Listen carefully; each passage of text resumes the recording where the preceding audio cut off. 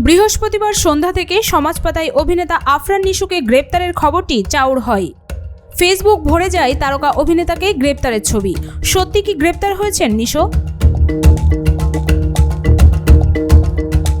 লম্বা চুল, মুখ ভর্তি দাড়ি, গায়ে কয়েদির পোশাক, হাতে হাত করা।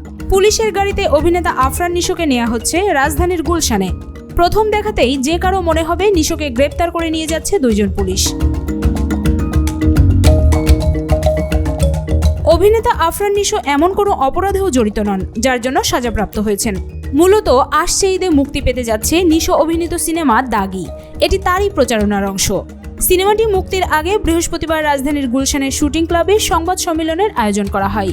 এই সংবাদ সম্মেলনে কয়েদির পোশাকে হাজির হন অভিনেতা।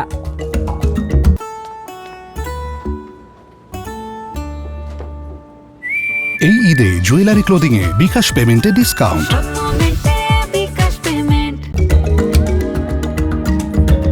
অনুষ্ঠানে নিশো সহ আরও উপস্থিত ছিলেন দাগি সিনেমার নির্মাতা শিহাব শাহিন, দুই নায়িকা তমা মির্জা, সুনেরা বিনতে কামাল, অভিনেতা গাজী রাকায়েত, অভিনেত্রী মনিরা মিঠু সহ সিনেমার কলাকুশলীরা। তবে নিশো ছাড়া অন্য কেউ সিনেমাটির চরিত্রানুযায়ী গেটআপে হাজির হননি। নির্মাতা শিহাব শাহিন বলেন, নিশান জেরিনের ভালোবাসা বিরহের গল্প দাগি। একই সঙ্গে চরিত্র দুটির অনুশোচনের গল্প স্থান পেয়েছে। আবার এখানে কারাগারের ব্যাপারও আছে। আর জেলের দাগ একবার যার লাগে বাকি জীবন সে দাগি হয়ে থাকে। এখান থেকে গুরুত্বপূর্ণ হয়ে ওঠে ক্ষমার বিষয়টি, যা আমাদের জীবনে তো বটেই, ধর্ম ও মানবতারও অন্যতম প্রধান অনুষঙ্গ। তাই আমরা বলছি দাগি মুক্তি বা প্রায়শ্চিত্তের গল্প।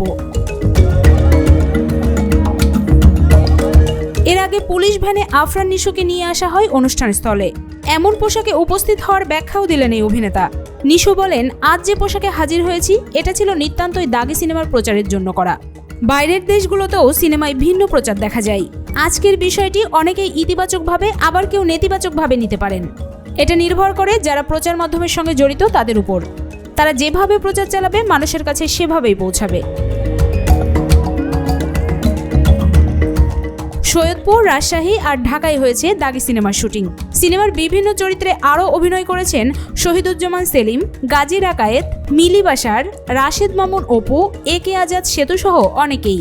দাগি সিনেমার গল্প, চিত্রনাট্য, সংলাপ লিখেছেন নির্মাতা শিহাব শাহিন।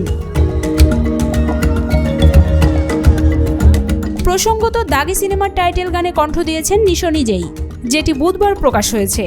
রাসেল মাহমুদের কথায় গানটির সুর ও সঙ্গীতায়োজন করেছেন আরাফাত মহসিন নিধি। গানে মূলত নিধির সঙ্গে কিছু অংশ গেয়েছেন নিশো নিজেই।